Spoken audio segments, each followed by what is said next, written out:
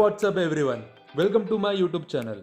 आज हम बात करने वाले हैं 5 ऐसे साइकोलॉजिकल फैक्ट्स के बारे में जिन्हें आप अपने डेली लाइफ में एक्सपीरियंस कर चुके हो।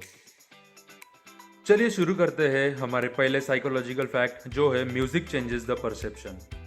दोस्तों, क्या आपको पता है म्यूजिक आपके दिमाग में अच्छे या बुरे वाइब दे सकता है। आप कौन से टाइप का म्यूजिक सुन रहे हो वो डिपेंड करता है।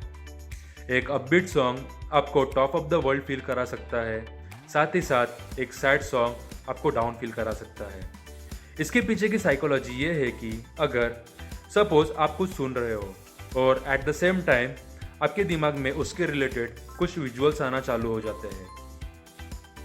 एक अच्छे म्यूजिक की ताकत इतनी होती है कि वो आपको डिप्रेशन से निकाल सकती है, साथ ही साथ आपको मोटिवेट भी कर सकती है। म्यूजिक हमारे लाइफ में बहुत इंपॉर्टेंट रोल प्ले करता है। जैसे आप अगर जिम में वर्कआउट कर रहे हो या फिर आपकी लाइफ में कोई टेंशन हो। 2011 के सर्वे में लोगों को कई म्यूजिक सुनाए गए, कुछ हैप्पी सॉन्ग्स, कुछ सैड सॉन्ग्स।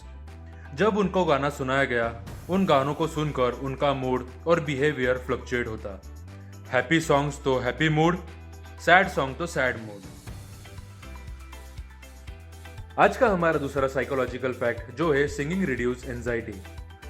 गाना सुन के तो हम खुद को मोटिवेट करते ही है, लेकिन गाना गाने से हम हमारे एंजाइटी और डिप्रेशन को कम कर सकते हैं। लेट्स से कि आप काम पे जा रहे हो, आपके लाइफ का मोस्ट इंपॉर्टेंट प्रेजेंटेशन आपको देनी है। नेचुरली तो आप नर्वस हो ही जाओगे, लेकिन खुद को शांत करने के लिए आप क्या कर सकते हो? आप एक काम कर सकते हो कि अपना कोई फेवरेट सॉन्ग प्ले करके उसे जोर जोरों से गाइए।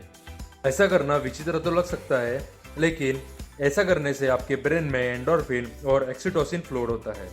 ये आपका स्ट्रेस दूर करता है और आपका मूड अच्छा बनाता है।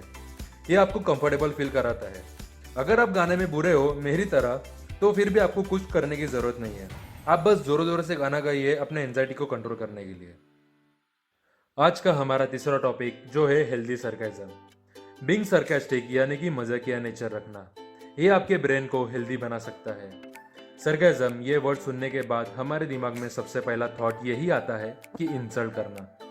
पर क्या आपको पता है, सरकास्टिक लोग बहुत ज़्यादा विचित्र, क्विक और क्रिएटिव रहते हैं। इनका यही निंदापूर्ण स्वभाव सबको पसंद नहीं आता। इनमें आउट ऑफ द बॉक्स सोचने की एबिलिटी रहती है। बायोलॉजिकली सरकास्टिक माइंड के लिए बस थोड़ा सा ब्रेन फंक्शन यूज़ करना होगा, जैसे कि इंस्टेंटली आपको किसी की बोलने की टोन, मीनिंग और पर्सपेक्टिव समझ लेना होगा और उसे फनी वे में डिलीवर करना होगा। इसे ही सरकाज़म कहते हैं। इसलिए सरकास्टिक पीपल की अंडरस्टैंडिंग लेवल बहुत ज़्यादा होती है और वह किसी भी कॉम्प्लेक्स सिचुएशन को सोच समझकर सॉल्व कर सकते हैं। डर्निंग एंड क्रूगर इफेक्ट। दोस्तों, इस कहानी की शुरुआत एक बैंक रॉबरी के केस से हुई थी। 19 अप्रैल 1995 में अमेरिका के पीटर्सबर्ग में विचित्र और मूर्खतापूर्ण बैंक रॉबरी हुई। हुआ यूं कि एक व्यक्ति ने दिन दहाड़े 2 बैंक लूट ली। उसने ना मास्क पहना था, ना अपने चेहरे को छुपाया था, बल्कि वो बैंक के सर्विलेंस कैमरा में देख के स्माइल कर रहा था, मानो कि वो कह रहा हो, पकड़ सको तो पकड़ लो। और पुलिस इन्वेस्टिगेशन में वो आसानी से पकड़ा गया। जब वो सर्विलेंस कैमरे में पकड़ा गया तो उसे विश्वास ही नहीं हो रहा था। वो बार बार कह रहा था कि मैंने लेमन जूस लगाया था और मैं अदृश्य हो गया था। इस व्यक्ति के लॉजिक को देखकर आप लोग लोटपोट हो गए होंगे, जैसे उस दिन वो पुलिस वाले हुए थे। दरअसल उसे लगता था कि वो नींबू का रस चेहरे पे लगाकर वो अदृश्य हो जाएगा, ठीक उसी तरह जैसे नींबू का रस की इंक इनविजिबल हो गई थी। यह केस सुनकर सभी अमेरिका के लोग हंस रहे थे। वही साइकोलॉजिस्ट डर्निंग और क्रूगर ने सोचा कि इतना कोई बेवकूफ कैसे हो सकता है, तो उन्होंने इस पर काफी रिसर्च की और 1999 में उन्होंने एक थ्योरी दी जिसे डर्निंग एंड क्रूगर इफेक्ट कहा गया। जिसकी एबिलिटी और स्किल्स बहुत कम होती है, वह इस भ्रम में रहता है कि उसके जैसा कोई एक्सेलेंट नहीं है, और जिसकी एबिलिटी ज्यादा होती है वो खुद को बिलो दी एवरेज मानता है। एक सर्वे के बाद डर्निंग और क्रूगर ने देखा कि नॉन इंटेलिजेंट लोग अपने इनकैपेबिलिटीज को नजरअंदाज कर देते थे, इसलिए वो हमेशा खुद को उत्तम मानते थे। आज का हमारा 5वां और आखिरी साइकोलॉजिकल फैक्ट, डोपामिन एडिक्शन। आप ये सोचते होंगे कि डोपामिन एडिक्शन आखिर है क्या? नाम से तो कोई बड़ी साइंस थ्योरी लगती है। चलिए इसकी जानकारी मैं आपको एक एग्जांपल से देता हूँ।